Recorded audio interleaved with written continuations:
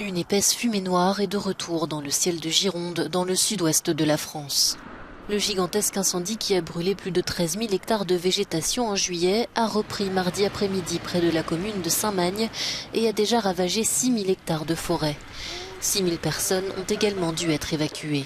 500 pompiers sont actuellement mobilisés. Les autorités se préparent à une journée de très grands risques.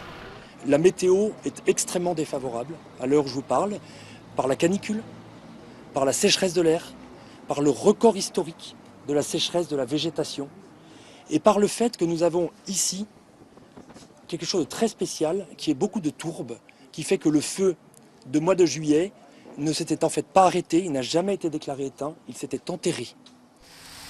De nombreux autres incendies sont actuellement en cours en France, notamment dans la Drôme où 220 hectares sont partis en fumée. Dans le sud de la Charente, ce sont 150 hectares de forêt qui ont brûlé. Et en Isère, le feu a été maîtrisé après avoir parcouru une centaine d'hectares. Dans le Maine-et-Loire, près de Baugé en Anjou, les flammes ont déjà ravagé 1200 hectares de végétation. Si l'incendie n'est pas encore fixé, la situation est encourageante selon la préfecture. Dans l'Aveyron, enfin, le feu qui a ravagé 700 hectares de végétation depuis lundi a cessé de progresser, mais n'est toujours pas maîtrisé. Les pompiers estiment qu'il leur faudra encore 3 jours pour éteindre le feu. Mardi, 3000 habitants et vacanciers ont dû être évacués. Ils ont trouvé refuge dans des salles des fêtes et des écoles.